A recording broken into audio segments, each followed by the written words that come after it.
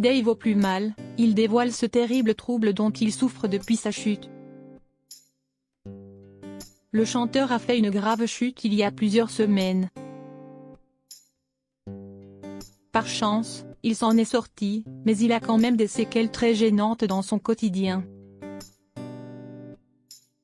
Dave était invité sur la radio d'Europe 1.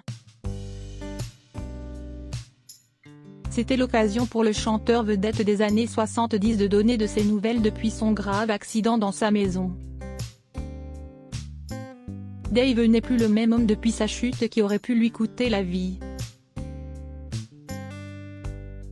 Depuis quelques mois, la santé de Dave n'est pas au beau fixe. En effet, en janvier dernier, il fait une terrible chute. Par chance, son compagnon le retrouve assez rapidement au sol, inconscient. Il est transporté très rapidement à l'hôpital et il a survécu. On peut dire que c'est un véritable miraculé. Mais dans son bonheur, Dave a aussi sa part de malheur.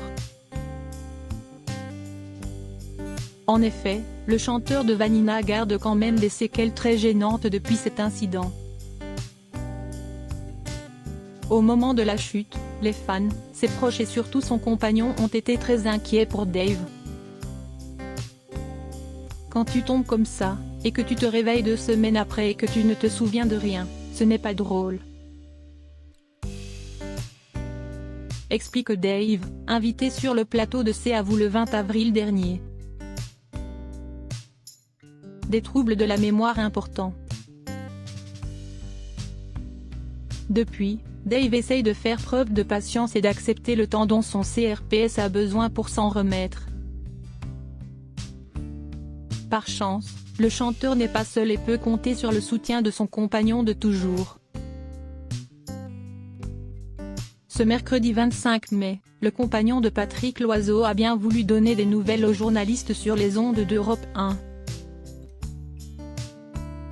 Je ne me souviens de rien, a regretté la vedette. En effet, Dave est victime de gros problèmes de mémoire. Selon ses propos, sa mémoire pourrait revenir avec les années. Mais comme il ne m'en reste plus beaucoup puis j'ai 70 ans, balance Dave en rigolant. En plus de ces troubles de mémoire qui peuvent compliquer son quotidien. Il a aussi des problèmes de mobilité qui ont été engendrés par son hémorragie cérébrale. La vie de Dave complètement chamboulée depuis sa grave chute. À un moment de l'interview, Dave a bien voulu partager une séquence assez marrante.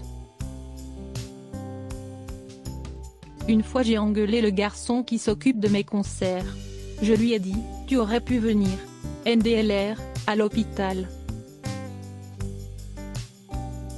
Il était venu, a expliqué le chanteur de Lettre à Hélène. Marc-Olivier Fogiel, Daniel Auteuil, j'ai aussi des amis non connus. Ils sont tous venus et je ne me souviens de personne.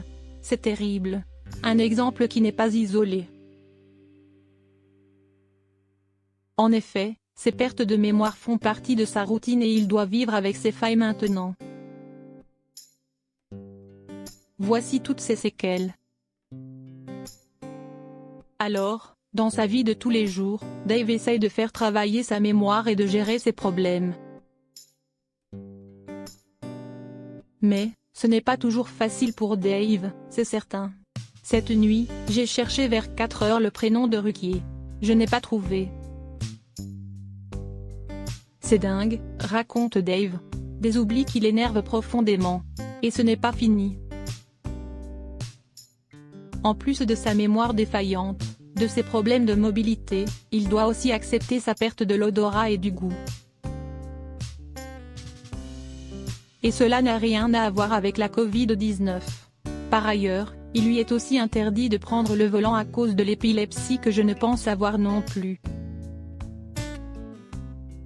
Vous l'aurez compris, Dave est dans une situation assez problématique, mais il n'en reste pas moins que c'est un miraculé. La bonne nouvelle, c'est qu'il peut compter sur l'homme de sa vie.